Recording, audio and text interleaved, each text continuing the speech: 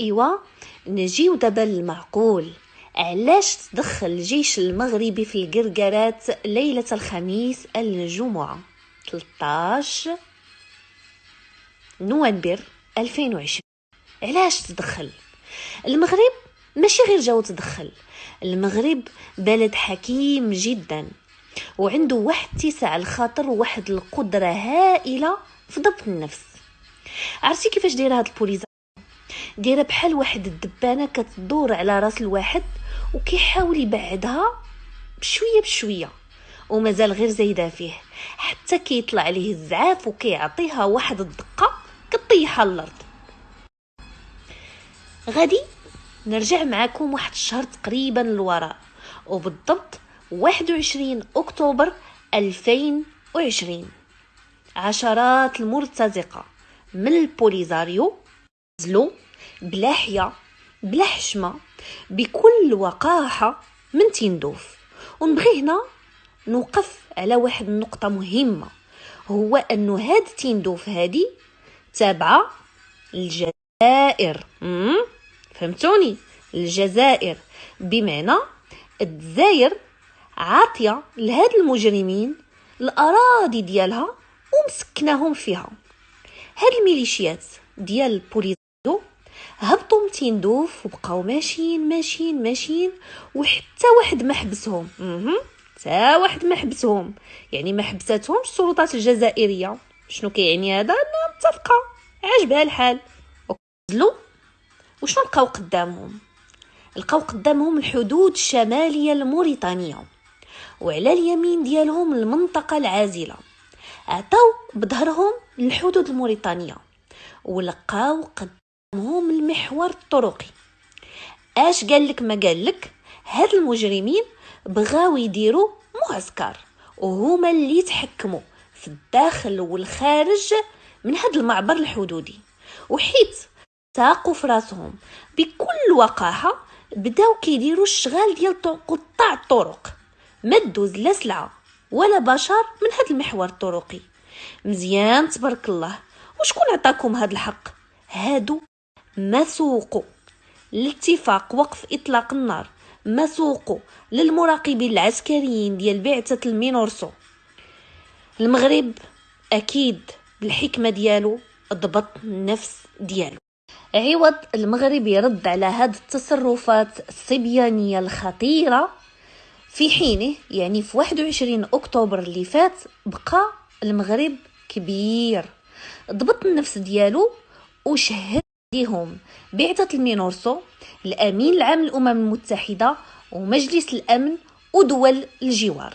بل إن صاحب الجلالة الملك محمد السادس الله ينصره صيفط رسالة لغوتيريس الأمين العام للأمم المتحدة أكد فيها بأن المغرب كيحتفظ لنفسه بالحق في التدخل في الوقت وبالطريقة اللي كيشوفها ضرورية باش يحافظ على الوضع ديال المنطقة. هادشي 21 أكتوبر، إذن راه صبرنا بزاف. هاد الأطراف كلها دارت واحد التنبيهات لهاد الميليشيات ديال البوليزاريو. رغم هاد التنبيهات ديالها البوليزاريو والله ما سوقات ولا حاشتها لهاد التنبيهات هادي كلها، باش تعرفوا القمة ديال الإجرام فين وصلت عندهم. الاستفزازات بقات مستمرة، وقطاع الطرق من 21 أكتوبر هما خالقين الرعب في الناس.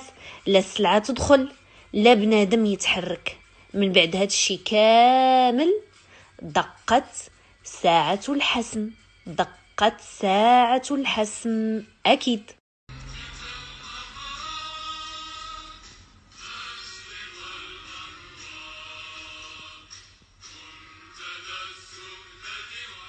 أكيد بعد تدخل جلالة الملك محمد السادس القائد الأعلى ورئيس أركان الحرب العامة سيدنا الله ينصره، أعطى التعليمات ديالو لاستعادة حرية التنقل بمعبر القرقرات، وهذا الشيء تم بشكل سلمي.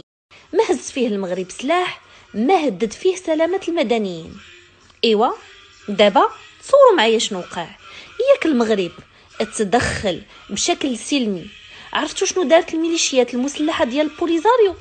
نزلوا السلاح وطلقوا القرطاس على القوات المسلحة الملكية. واكيد حنا ما غاديش نبقاو ساكتين ليهم، حتى الجيش ديالنا رد عليهم، وغير هما يسمعوا القرطاس المغربي وهما يديروا ناقص وداروا واحد الهربة عالمية. سبحان الله سبحان الله. أجسام بغال وقلوب جردان. هاد الناس وهاد عشرات الأفراد اللي تابعين البوليزاريو أجسام بغال وقلوب جردان. الحمد لله ما تسجلات حتى شي خسائر بشرية. ونزيدكم هادي، غير عرفوا بالجيش المغربي ما فيش اللعب، بداو كيحرقوا في معسكر الخيام ديالهم باش تفهموا الإجرام ديالهم فين وصل. المهم هادشي شهد عليه بعثة الأمم المتحدة، وتم توثيقه بالصوت والصورة باش ما يجيوش غدا ينزلوا علينا الباطل.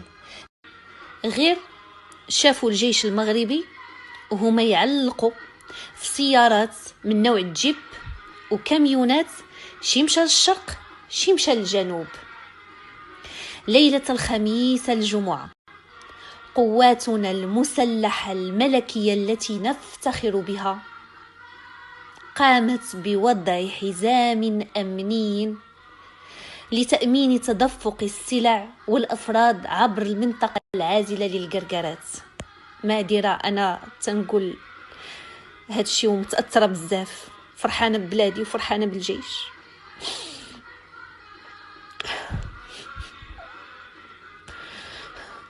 الحمد لله دابا وفي بلاغ تاريخي للنصر أكدت فيه القوات المسلحة الملكية باللي بعبر القرقرات أصبح آمنا. تحية للجيش المغربي، الله ينصر سيدنا، ولا عزاء للحاقدين.